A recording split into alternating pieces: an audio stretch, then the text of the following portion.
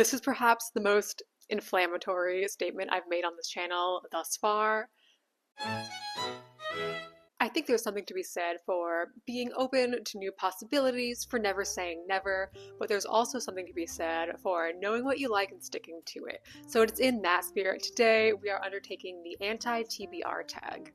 I've been pretty open on this channel about my penchant for mindful consumption, essentially being very intentional and conscious of how I'm spending my money, my time, and my energy.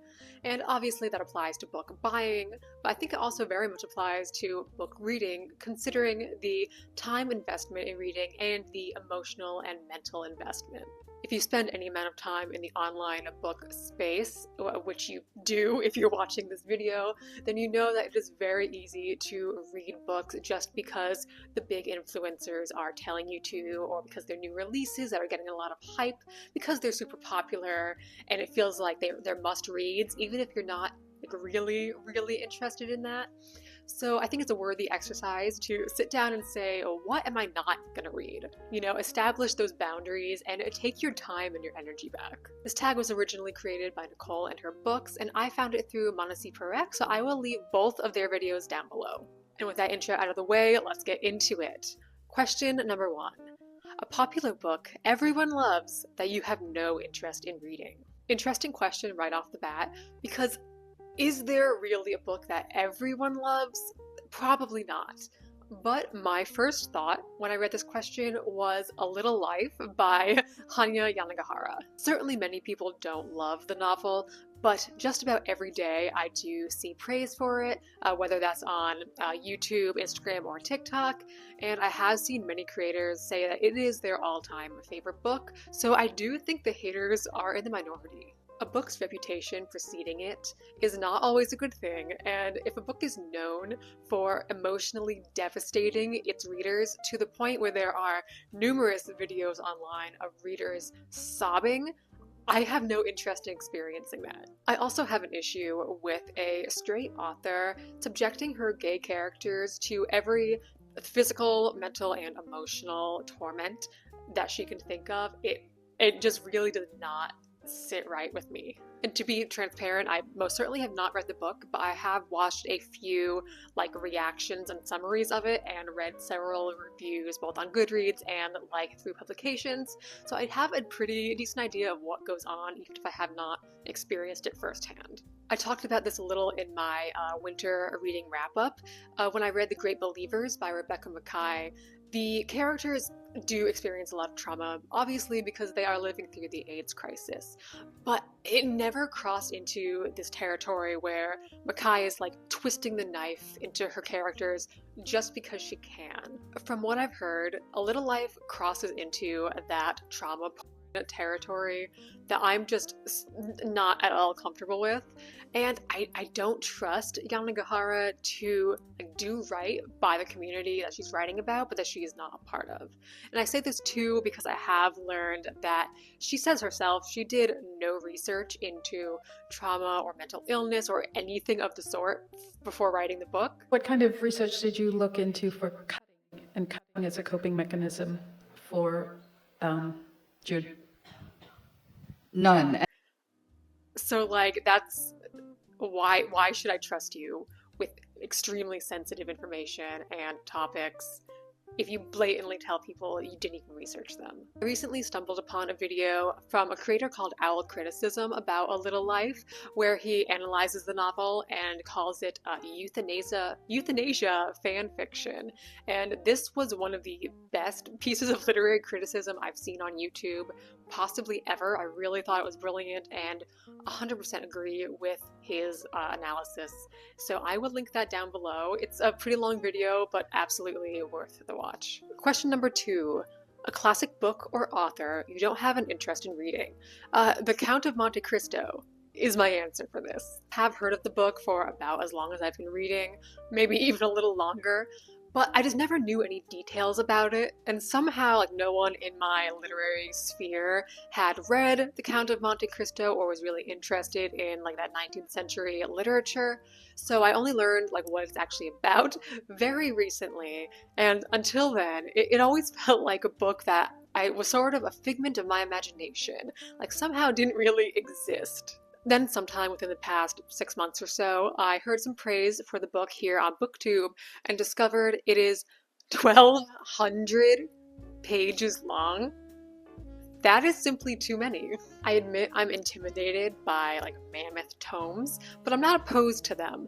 It's just that The Count of Monte Cristo specifically doesn't appeal to me enough to justify spending that much time on a single book, especially because I am a fairly slow reader, so that could be like months and months and months on end.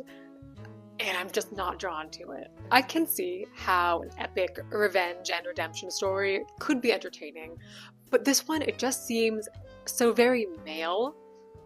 You know, I assume the ending is he triumphs and wins the girl and the money. If I'm going to dedicate my time to 1,200 pages, I'm looking for something, I don't want to say more universal, but just something that calls to me more. Something that sounds like I would actually like. Question number 3.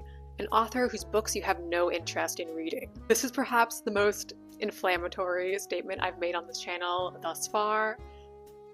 Sally Rooney. I know, put down the pitchforks. Let me explain. Let me explain. Ever since she first burst onto the literary scene, Sally Rooney has rubbed me the wrong way, and only recently was I able to finally articulate why that is. What irks me is that Rooney publicly portrays herself as this, like, normal, average, ordinary, everyday sort of girl who just so happened to become a literary sensation at the ripe old age of 26. And those two things are mutually exclusive. You can't be both at the same time. Now, of course, I do not know Rooney. She's probably a perfectly lovely person to be around, and I don't know if this is like genuinely how she sees herself or if this is more of a marketing PR construction. Given what I know of the publishing industry, I'm gonna assume it's more of the latter. I guess I would just have so much more respect and interest in her if she was just honest about how lucky and fortunate and privileged she is to be in the position that she's in. The literary critic Becca Rothfeld recently released an essay collection called All Things Are Too Small that I was fortunate enough to get an advanced review copy of, and in there she has an essay on Rooney called Normal Novels.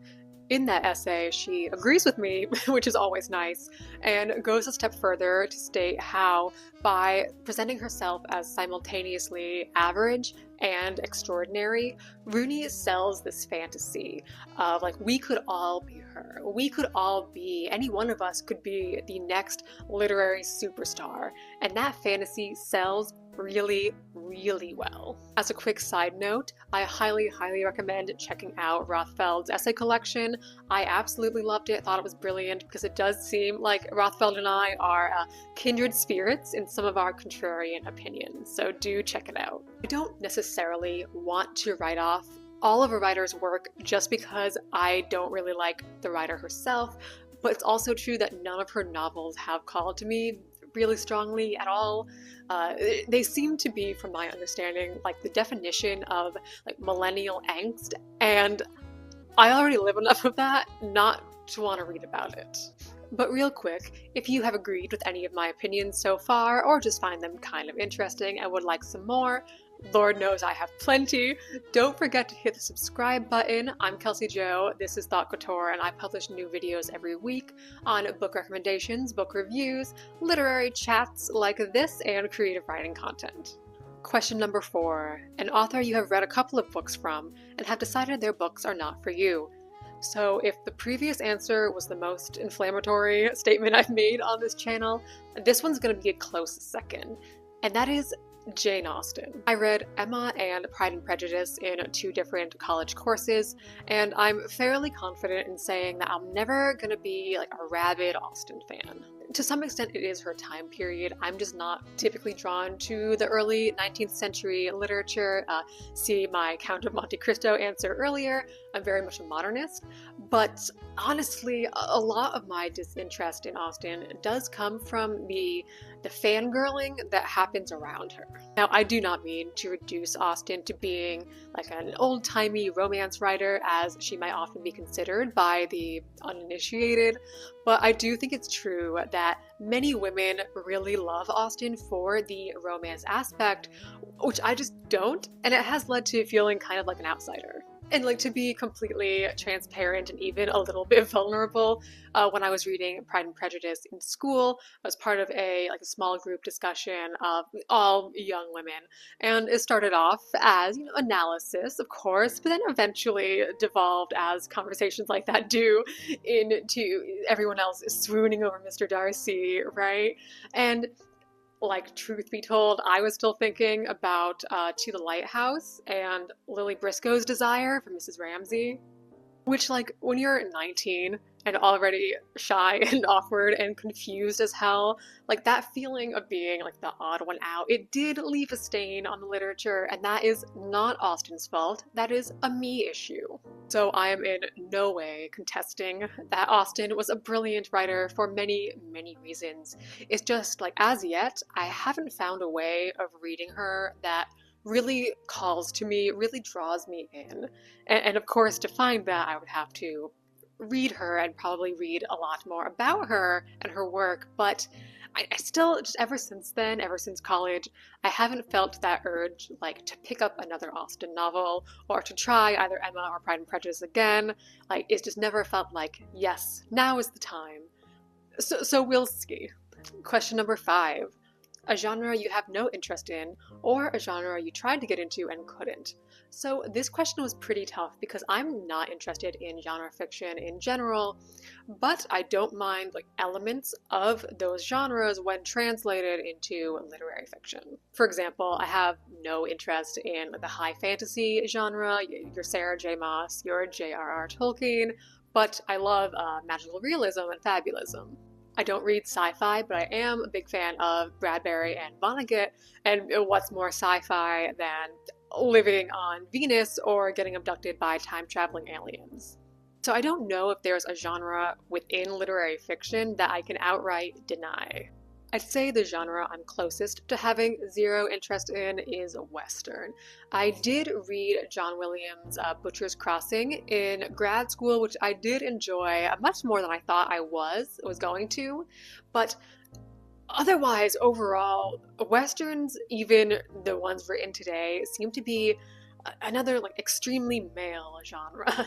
Like, off the top of my head, I can't think of any Westerns written by or about women, or even having a couple well-written female side characters. And perhaps more importantly, to my admittedly limited knowledge, it does seem like much of the Western genre revolves around, dominating the land and dominating the native people on the land, and I just have no desire to read that, really. But if you know of any Westerns that you think I might enjoy, do let me know in the comments. I will check it out. Moving right along, question number 6, a book you have bought but will never read. This can be a book you have unhauled or returned to the library unused. So I took a quick look at my shelves, and the only book I currently own that I can pretty safely say I will never read is Memoirs of a Geisha by Arthur Golden. I bought Memoirs of a Geisha when I was, I think, 15, maybe 16, at a used book sale for $1, and I kind of bought it just because I knew it was a massive bestseller, and I thought it would be good to have whenever I wanted to read it. And then I never did.